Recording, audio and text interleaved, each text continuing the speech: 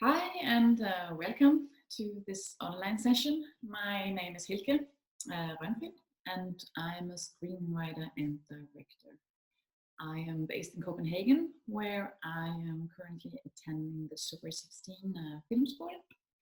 And so as you can see, I am myself in the process of learning how to write and also to make film. So I don't consider myself to having everything figured out. And I think that is also one of the things that's important as a filmmaker, that you keep on learning and trying to find the things that helps you, yourself and your own filmmaking, because that is very different for each of us, but becoming aware of what you need for your own creativity and what makes your ideas sparks and how everything works for yourself, that is very important. And I think you can only find this out by trying out different things and to be curious. And this is what we are going to do now. So this lecture is about storytelling and finding your distinctive voice. I'm not promising that you will find everything what is your voice in this lecture today, but I hope there are some methods and things that you can use from now on to sharpen your screenwriting and to make ideas flow. Um, and one of the things that we really talk about is like, how can I find my distinct voice? And the ideas that are my personal ideas in a way. That sounds very easy. I'm just going to make this film and that is my idea. But I think it's important to know what is it that makes me tick and why do I tend to like certain topics and what are maybe my topics, what is my voice. And I think that's not always easy. And especially when you start out, sometimes you just see it in the aftermath when you have done a film or you have written a script, that you find out more and more what are actually the things that you like. And I think it's very important that you find the things that you like, because it's your voice and you will only tell a unique story when you tell it from your point of view. And I think that's the thing that helps you to find your voice, because I don't think there is a new story to be told. All the stories have already been told in a way, but what's always unique and new, that is your point of view and where you come from and what you project on that story that has been told 1,000 times, and you make it your very own story. So I would like you to do the first exercise, and that will probably just take us 5 minutes. And think about something, an image that always comes back to you and that you really like. For example, I can give my example. I really love pools, and I really love how hair looks under the water surface, how it, yeah, moves in a very strange way. And that's an image that I really like. And so I would like you to take 5 minutes all by yourself. Think about an image that you really like and write it down.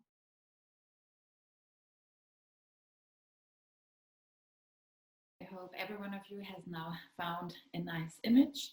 And I can just encourage you to always get back to this image, and whenever you can use it, build it into your ideas or into your scripts. And because this is something that you really like, and so you should go back to the things that you like, because then you make your own process in writing and making film more enjoyable, because you do something with things that you like, and you should make sure that you do that. But I think on the way to find this image, you used your creativity.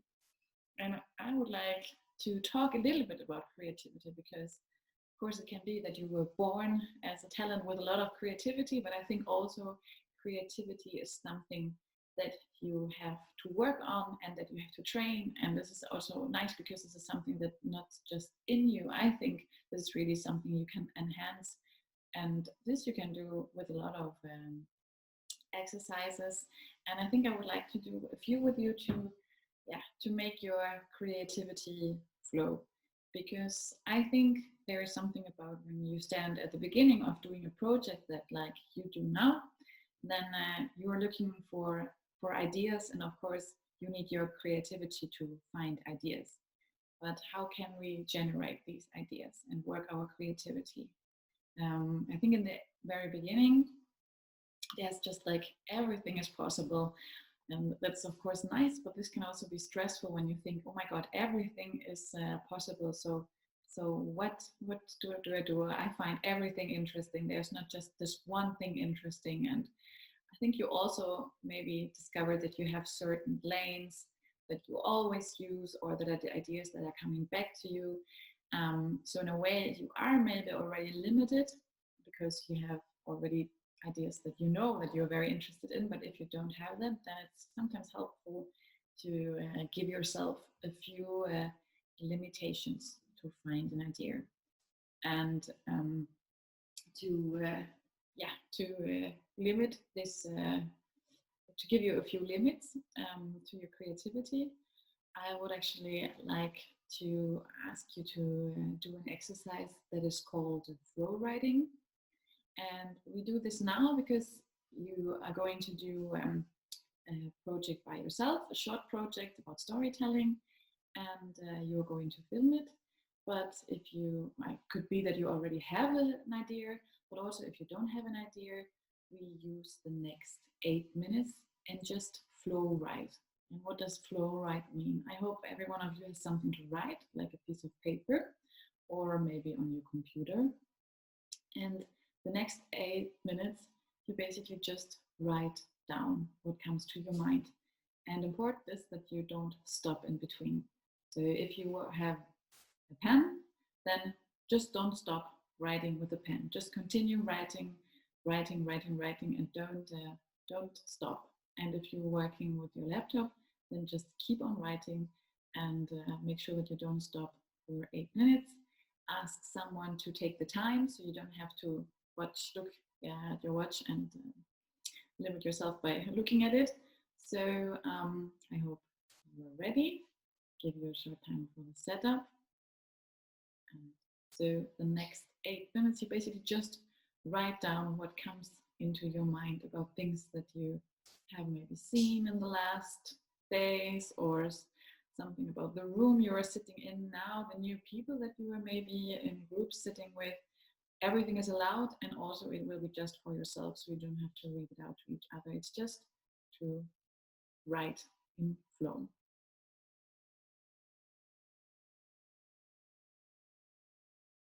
Okay, how did it go? I hope you enjoyed your 8 minutes of flow writing, and I hope it was not too hard. I hope the hands are not cramping. And yeah, let's continue. So now you have written down a little bit of things, and we will use it now for the next step, because yeah, now everything has been about idea and creativity, but an idea in itself is not yet a story. So what else do we need to tell a story? And because yeah, the idea, I usually imagine it as the idea is basically just like a seed. Well, it's very cheesy, but it has to grow into a big tree somehow. It will need more roots. We need the stem, we need the branches, and we need the leaves, and I don't know, some oranges or wherever you live. And probably it's not oranges, but yeah, it has to grow, right? So, and how do we do that to grow an idea into a whole entire story? We need more elements, as I just said. For the seed, we need stems and roots and other things. And part of the stories, I think you already know what we need for a good story. You all remember the stories that you have been told. There are always characters, or sometimes it's not persons, sometimes it's a thing that is a character. Maybe it's the river or it's the sea itself that is a character. So that can be different things, but we have these characters, I call them, and we also have a world where the story is set. Maybe it's just in the room where you are, maybe it is well, out in space. So all of this also like defines the story that you want to tell. And then of course we need we need the theme, like what is it all about because it's very important for you to know, because you have already the idea, but it's important that what is my story about, and you need to know what your story is about, because otherwise it's really hard to tell. But that sounds easy, but it's not. And to find your theme, you can ask, I think, basically a lot of questions to your story to find it. And you would also need something that happens in your story. So, what is the character doing, and what gets the whole story started? Or, like, maybe something big is happening and things are reacting to this big thing that happened. So, something that is the plot, or we call it also the action. So, what is you actually see what happens. So, it's nothing like a feeling or an emotion. So it's the actual things that are happening. That said, it doesn't say that a good story needs all of these elements. There are very good stories that just have parts of it. So yeah, that is just to say that. So I think at the next step, to prepare you for your yeah for your um, for your project, I would like you to go into your flow writing the written notes again, and maybe find an idea that you think is interesting in there, or probably you have already started to think about an idea that you would like to use for the project that you are doing. And think about these ideas, and think about all these elements that we just talked about that can make the seed into the tree, and write 4 little stories about that, where you use these 4 elements like we just said: the character, an action, a plot, the theme, and maybe the world around it. And you have, again, only 8 minutes for that, so it just can be short. But I would like you to write 4 of these ideas into a little story, because that's also important that you think in different ways, because sometimes you're already very set on one idea and you have already the story in mind, but maybe there is another story as well, and another one that would be interesting for you to explore. But because you have already settled on the one that was very close to you, you maybe don't, you maybe give a clip of something that is also coming up in your head and that you hadn't thought about. So therefore, try to write down 4 stories for an idea in your flow writing, or that you have already.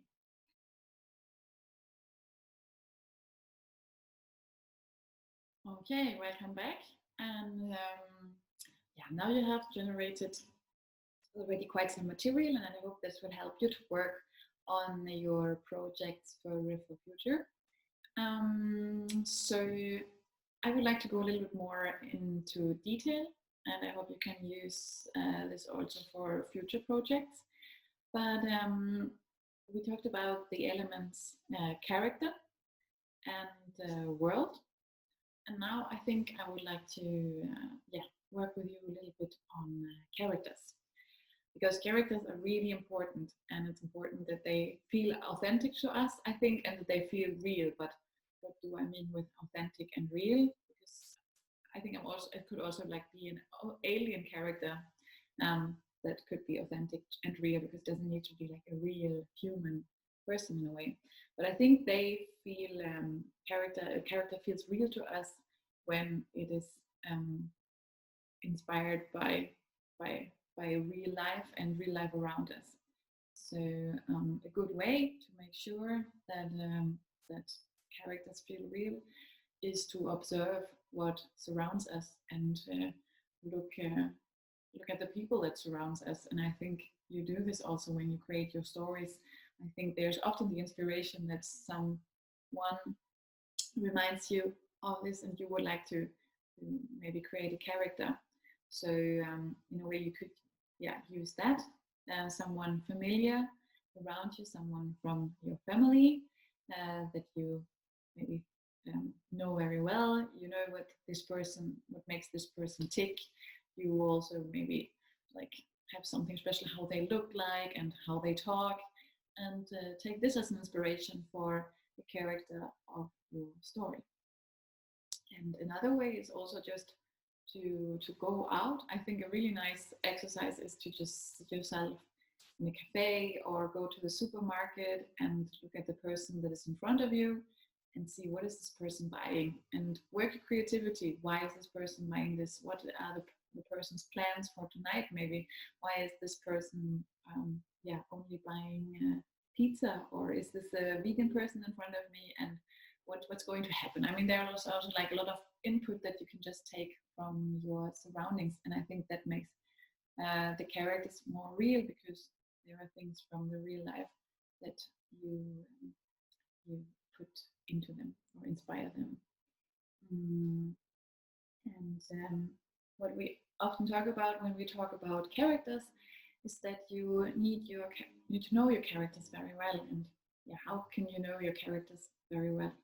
For example, think about what has happened in the life before we get to know them in the story. And I think in writing terms, you always say their backstory.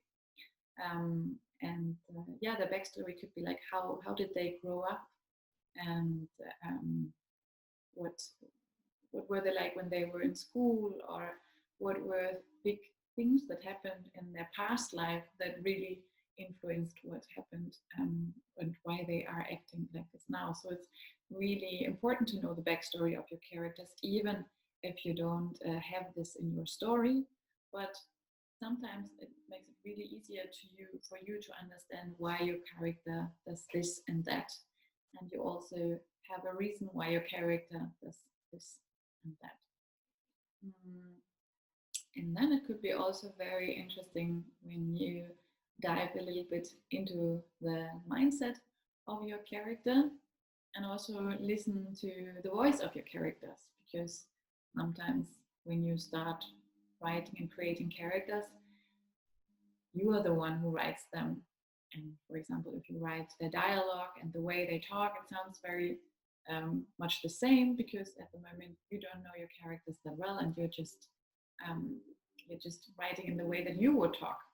A way to make sure that each of them has a distinctive voice could be that you give them different traits, where they come from. Do they have a dialect, for example?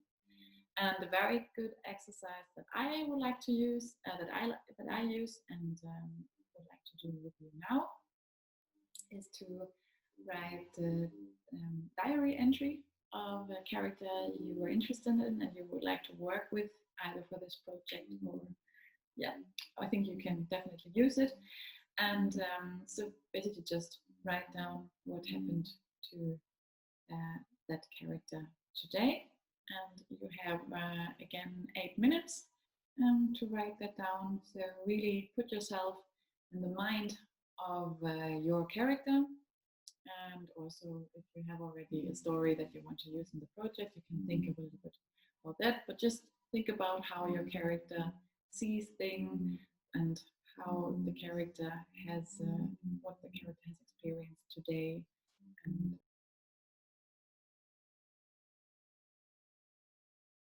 welcome back again, and I hope this exercise gave you some good ideas for your characters. And now we move on to another element, and that is the element of the world your story is set in. When I say world, that is mostly the location, for example. But location, I mean, can be so much bigger. We have several locations in a film, but as you will do a short project, you could, for example, just have one location, for example, one room or one gas station, a pool, the school, something like that. But of course, you can also build it into a whole city and have, for example, when you make a film about Tórshavn, then you have a coffee place and a restaurant at the harbor. So this is what I mean by world and location. But we can also think way bigger space. I mean, you know what I mean. So let's talk about and we have, of course, we have the naturalistic worlds, so everything in real life. But then, of course, we have also imaginary worlds. So everything is possible. But for your project, I think it would be interesting to explore maybe some familiar worlds that you know very well. That can be a good thing that you know your world very well. But of course, it doesn't have to be. You can also be fascinated of a world that you don't know anything about, and then you can research your way into this world and make a film about that world. Mm. But the advantage with a familiar world is that you you know places around you. So, for example, if you think about the place you live in, what are the places where you go to, where you spend a lot of time? So, what people do you meet there, and what things do you do in that world and in that location? And all these things are familiar to you. And maybe it's also something that is very unique when you, for example, spend your time a lot at a sports hall where no one else is, then you of course have a lot of knowledge about that world, and you can have your specific angle on how you see that world, because you know already so much about it. So I think that's a really gift that you have if you know a place very well, and, and you can place your story and your characters there. And the next exercise, I think I would like to spend some time, or I want you to spend some time in these locations. So I think the best is to be as specific as possible, so that you don't have like a broad location as a city. So you find a specific place that you know very well. And for the next exercise, actually, I would like you to think about 5 specific locations. That can be the bakery, that can be the way from to school, or your car, or whatever. And then think about what happens in that world. What are the people there, and how does it look like? What is very specific about this world, and what could also happen there? What are the dangers in that place, or what is the routine in this place, and what could disturb the routine? So there are a lot of ways about to think about the location. But if you know the location and your world very well, it is also a good trigger for you to find a good story and characters to put into, or to take from that world. So this is the next exercise. So think about 5 very specific locations where you could also, that you can also use for your project, and write about it.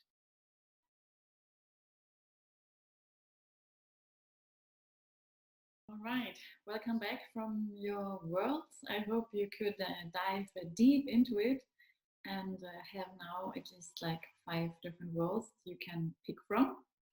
And so I hope this exercises helped you, and it was more a practical approach now, and I hope this will help you to create more ideas about your project, or use the ones that you came up now with, or work on it. Of course, it would also be interesting if you share the things that have come up, and maybe the exercises didn't help you at all, but I hope a little bit. And you can also exchange your experiences, and also when you continue now to work with your projects.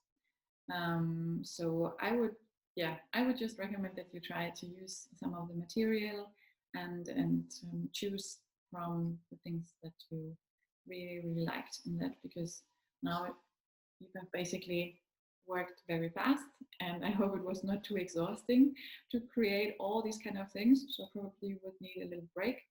But I think you worked also your subconsciousness a little bit, because if you have to work fast and there's not so much hesitation coming in, and you sit alone and you have time to think more about it, so you worked now very intuitive, and that probably brought some ideas up that you haven't thought 100 times through, and basically were thinking like, oh no, maybe I shouldn't do anything about it. But try to go with the thoughts that you have, because I'm always persuaded that there's a reason why these ideas come to you, and so it's worth to explore more of it also when you think like, ah, no, this is probably not it. And I would like keep your ideas even if you don't use them now for the Live for Future project, because it could be that you can just use it in another project.